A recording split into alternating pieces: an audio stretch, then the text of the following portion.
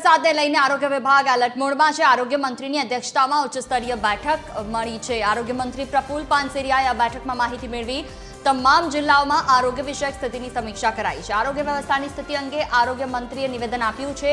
તમામ PHC CHC centre પર મજબૂત વ્યવસ્થા છે તેવી વાત તેમણે કરી। તાત્કાલિક દવા પહોંચાડવા મજબૂત વ્યવસ્થા કરવામાં આવી છે। ઝેરી જંતુ કરડવાના કિસ્સામાં દવાઓનો જથ્થો 108 ને પણ પહોંચાડવામાં આવ્યો છે।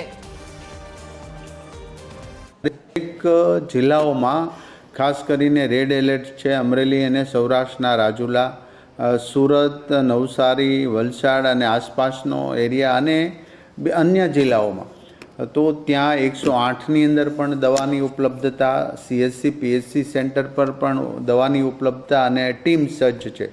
આ બધી જ બાબતો ગંભીરતાપૂર્વક રાજ્ય સરકારે લઈ અને ઘટતી સૂચના આપી દેવામાં આવી છે।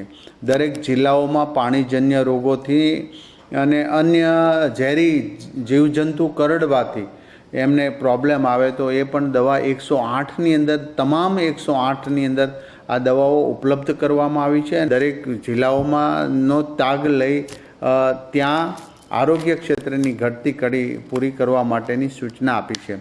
હાલ પ્રમાણે કોઈ પણ પ્રકારની એવી કોઈ ગંભીર બાબત છે જ નહીં।